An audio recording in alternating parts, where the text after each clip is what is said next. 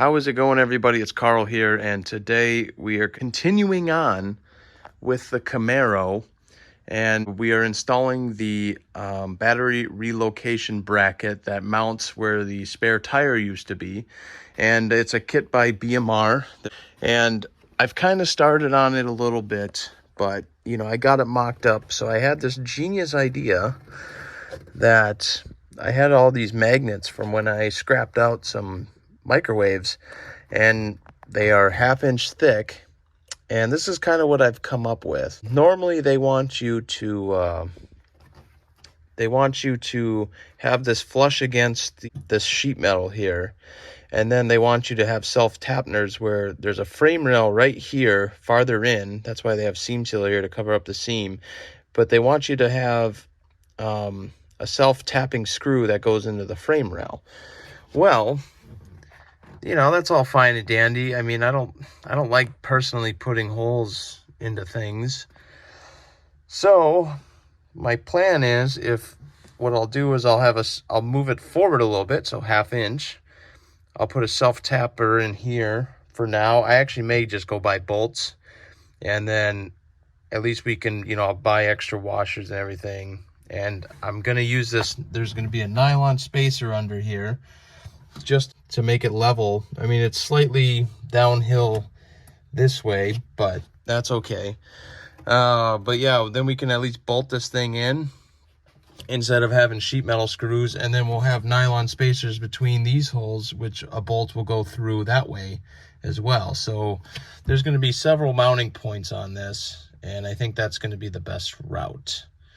I know batteries are heavy, and this may be just a waste of time, but I think if I bolt it pretty nicely, it shouldn't move. I really don't think it should. But I think it's going to fit the best doing it this way instead of all the way up against the frame rail, because then it's not gonna mount as great as you want it.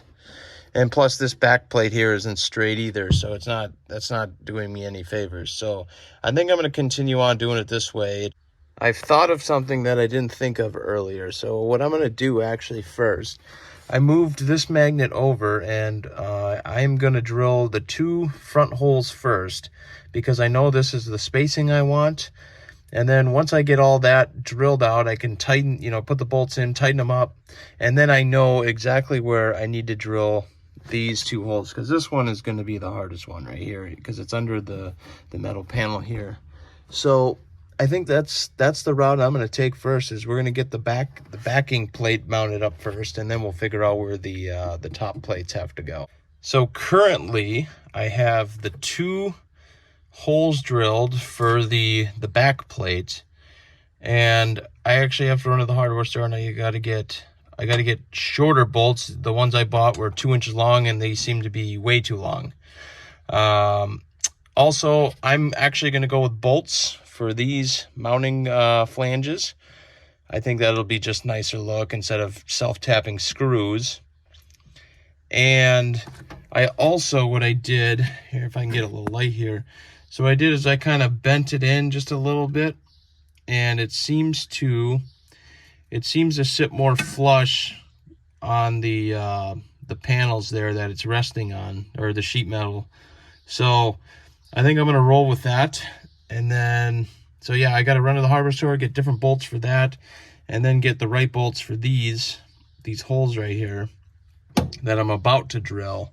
I already have the right size and everything. I just need to get the right length ones. So, and I'm going to keep the spacer on this side, and then it's going to sit nice and flush. So off to the hardware store. So I left you guys off when I had to go to the hardware store, and I got different size bolts for these 2. And after that, I did finish drilling the top holes. I got them all nicely mounted. But after work today, I decided I want to change my mind again. So instead of using these nylon spacers, which really don't have that much strength to them, and since I'm mentally insane, I went out and I got some nice solid steel spacers, and they're a lot thicker than the nylon too. So these should support the whole bracket itself a lot better than those nylon spacers. So what I'm going to do is I'm going to put these in, And then we're going to unhook the battery real quick, and we're going to see how heavy this battery is. Like, you know, currently right now, I don't have this bolt tightened down yet, but I will. But, you know, there's a little play, but you know, once I get the magnet out and tighten this one down, we'll see how much play there actually is. I'm not too worried about it. You know, a battery's only 25, 30 pounds, so it's not, I mean, it's probably lighter than that. I don't really know, but I'm just taking a guess. What I did, I got the new spacers in, the steel spacers, and it made it pretty sturdy. It made it a lot sturdier than I thought it was going to, which is awesome. So that's a plus. So the battery's all in, as you can see, and we took the wire I bought a long time ago, because I wanted to do this a long time ago.